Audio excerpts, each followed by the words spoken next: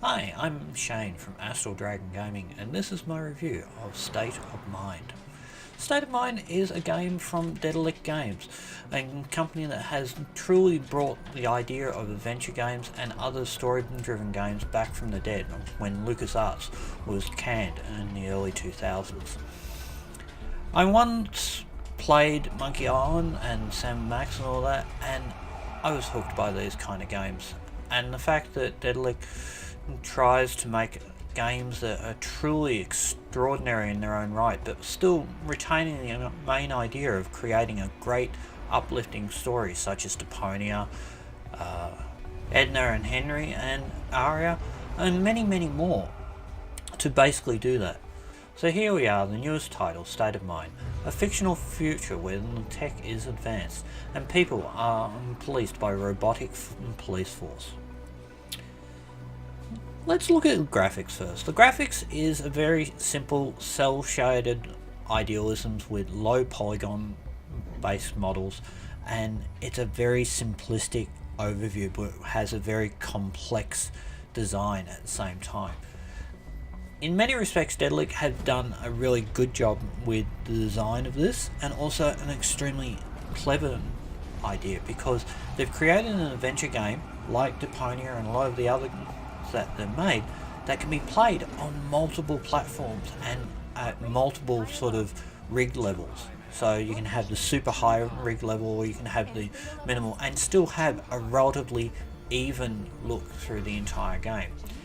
The game is very smooth. It has a great contrast between the two different worlds that are portrayed in it, the stark real world and the very vivid VR world, and both of them share their own sort of differences, their own colour styles, their own sort of graphical designs and everything like that, and it makes the game really different and diverse, and you actually feel these two different things.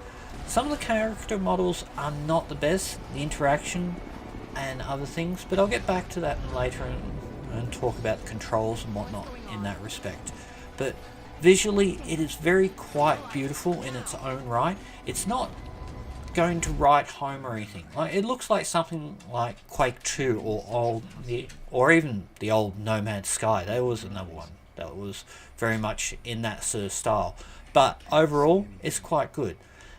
I didn't like that this is not an open world. It is very much like the old adventure games where this is your room and this is all you can do. This is your room and this is all you can do. Even though there are some areas which are quite open, it's still very limited and very unexplorable, which in some adventure games that's very much true. Like, even in movies, the same happens. Like, you can take something like Reservoir Dogs, where virtually the entire movie actually happens in just a room. And the same can be said here. There is a lot of talking that goes with that, but I'll get to that in a second. So let's have a listen to the actual game. What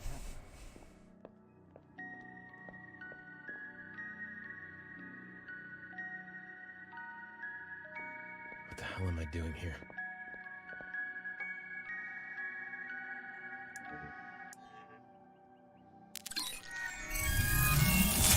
Whoa, what? Okay, that was... All right.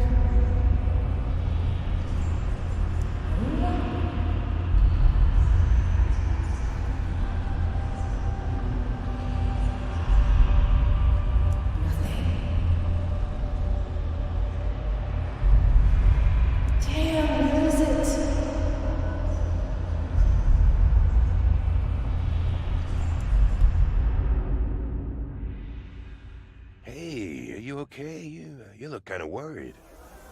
Oh, shit. The cops.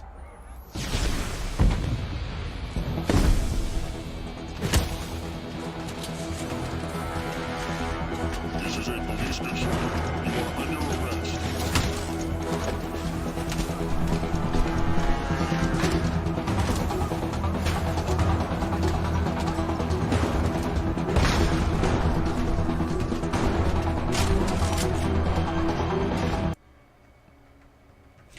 The music is a very interesting collection of music. I kind of like it in a lot of respects. It's not in your face. It's very sort of over the top on the sort of... It's futuristic. That's what they've tried to go for. And they haven't tried to go for a classical thing. They have a piano in both worlds, and the piano comes across, but it still sounds very synthetic.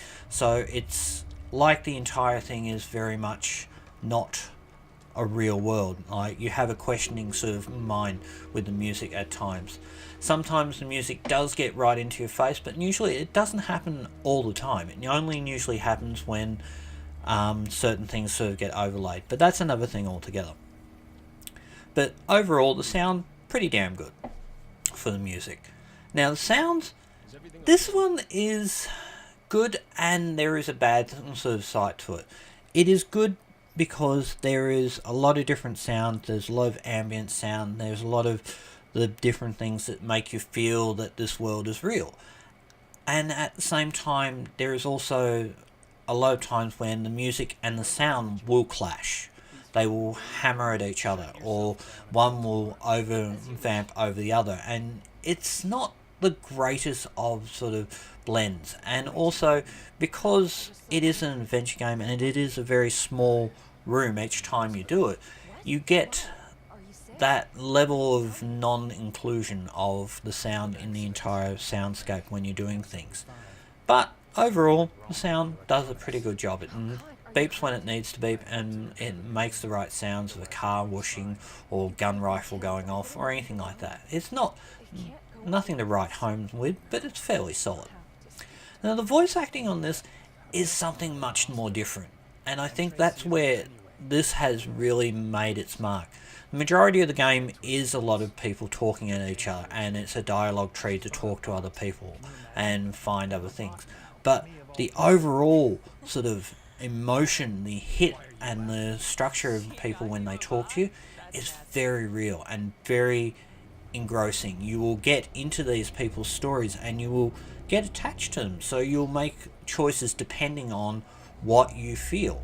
And I think when it comes to things like that, that is very important. You need to have that feeling of interaction between you and the characters in a world. Otherwise, you can never truly feel what needs to be felt there, and you don't get the same impact.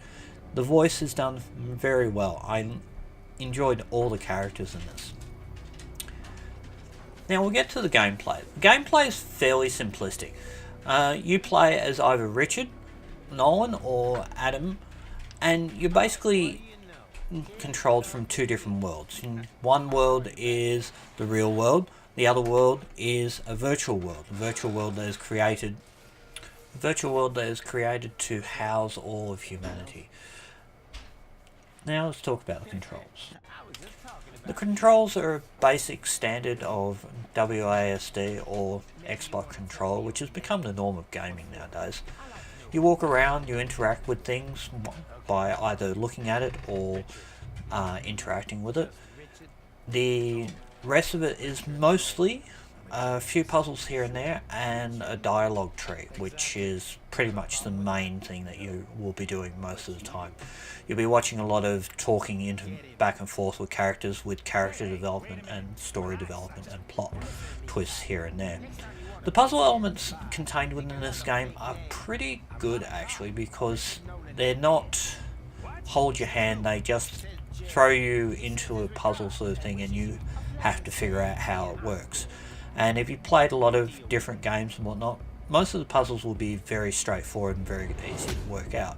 So there is nothing sort of breaking new ground here. It's a very simple game. It's a good improvement over the standard RNG mini games and also the quick time events sort of things, which has plagued a lot of adventure games and open world games in general. Not that this could be really classified as an open world, it's more a full motion sort of story idea where that kind of thing happens.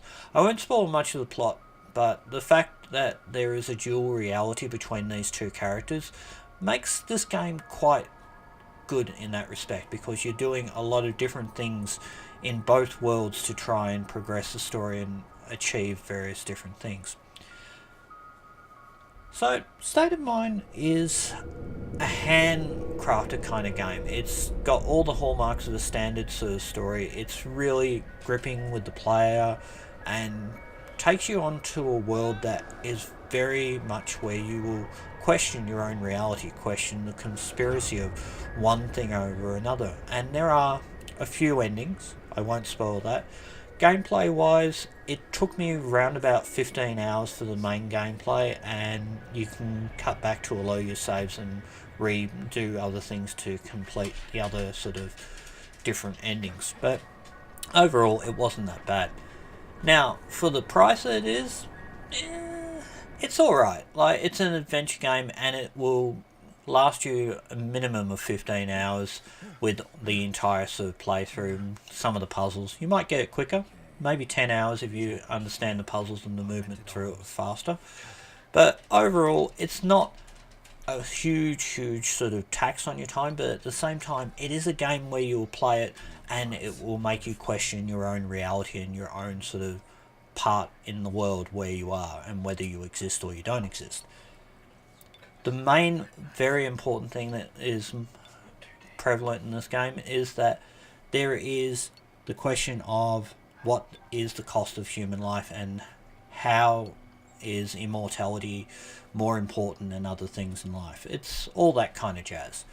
So for people that like that kind of thing in their game, they like the adventure, they like a really big story game, yes, that is a big thing and it will win out 100%.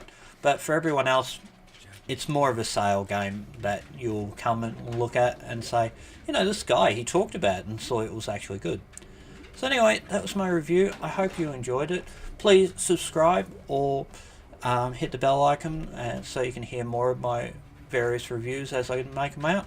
Other than that, I hope you're having a great day. This is Shane from Astral Dragon Gaming, and I'll catch you next time.